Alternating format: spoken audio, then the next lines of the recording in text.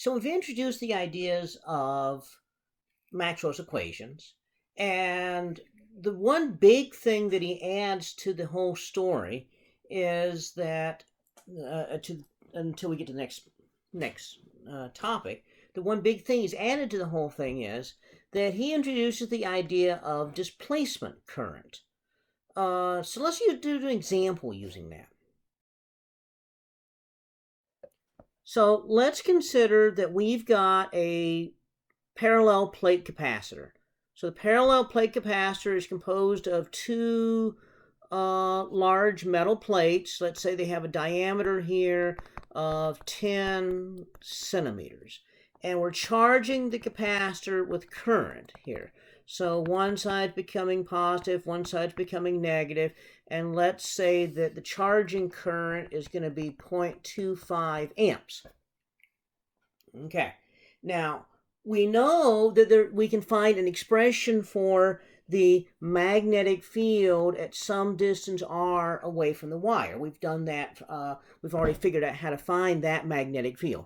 If we were to find that distance r from way off here to the side of the capacitor, then we simply use the displacement current.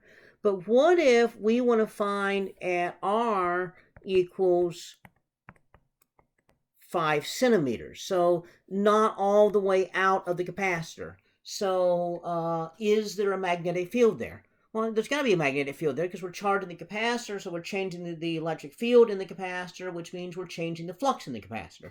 If we're changing the electric flux in the capacitor, then what we've got is we've got the Ampere-Maxwell relationship. So remember the Ampere-Maxwell integral B dot ds. So integral B dot ds equals mu naught I plus mu naught times the displacement current. Well, the displacement current we also said was epsilon naught, the derivative of the electric flux.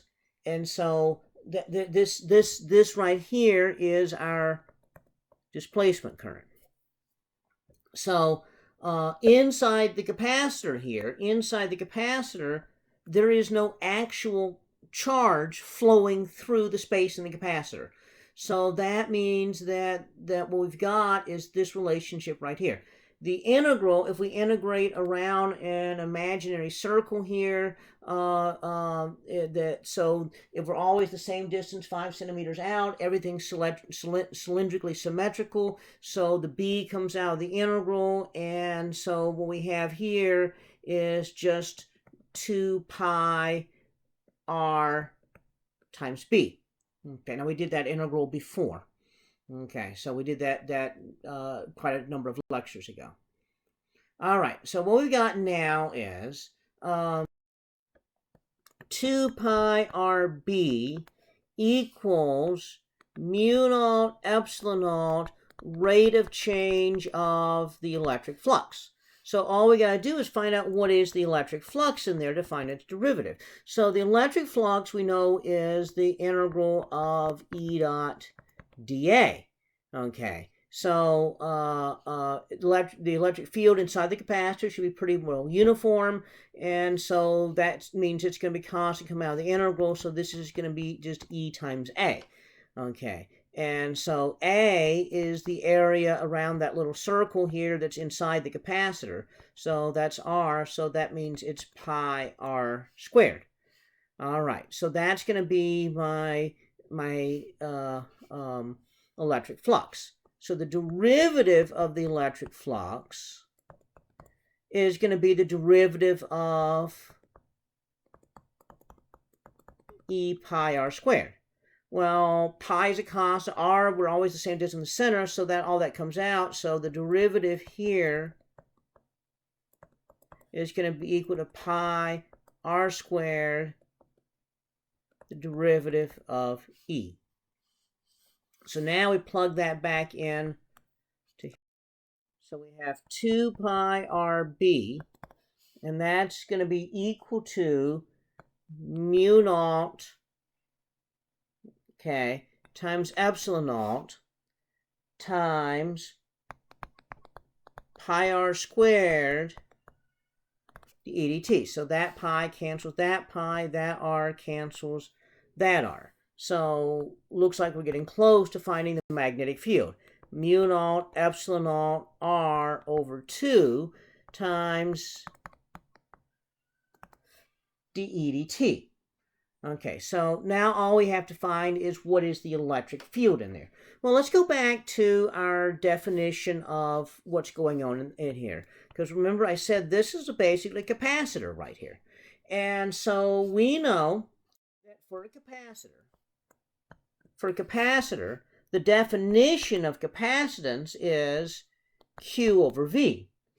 Okay, if it's a parallel plate capacitor, we have epsilon naught A over D, and that's going to be Q over V. So we do a little bit of algebra here. V over D equals Q over epsilon naught A.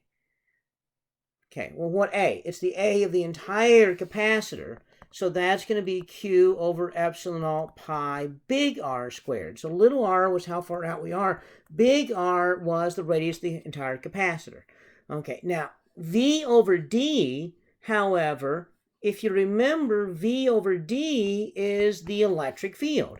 So the electric field is going to be Q over epsilon naught pi r squared. So the derivative of that, if I take the derivative of that, that's going to be the derivative of this. Well, everything's constant except for Q. So this is going to be equal to 1 over epsilon naught pi r squared dq dt. Well, dq dt is I. So what that means is we can now say that the derivative dE dt, okay, is going to be equal to 1 over epsilon naught times pi r squared times I. So now we go back and plug all this back in. So B is equal to mu naught epsilon naught r divided by 2. Now we divide by epsilon naught pi r squared. We have I. Okay. Well, the epsilon naughts cancel. Okay. And so what we have here is B is mu naught r I over 2 pi r squared. Okay, and so at that point, we just plug in the numbers that we had. Mu naught, 4 pi times 10 to the minus 7 Tesla meter per amp. R, little r was 5 centimeters, so 0.05 meters. We had 0.25 amps. Divide by 2 pi 0.1 meters squared. And so the magnetic field comes out to be 0.25 microtesla. So that's the magnetic field at that spot that is 5 centimeters away from the center of that capacitor that we're charging. So again, we got this capacitor here. We're charging the capacitor. We got current flowing in and out. The capacitor has a radius of 0.1 meters, and we're looking at a spot here inside the capacitor that's about halfway out from the center. Clearly, you can also see what happens if little r is 0. So in other words, if we're in the dead center of the capacitor, the magnetic field is going to be 0. And so, and then at the edge of the capacitor up here, where little r equals r, is going to be just mu naught I over 2 pi r. Now, from that point out, it's just going to be mu naught I over 2 pi little r, where little r is the distance out. So now we have an expression here for the magnetic field as a function of the distance from the center.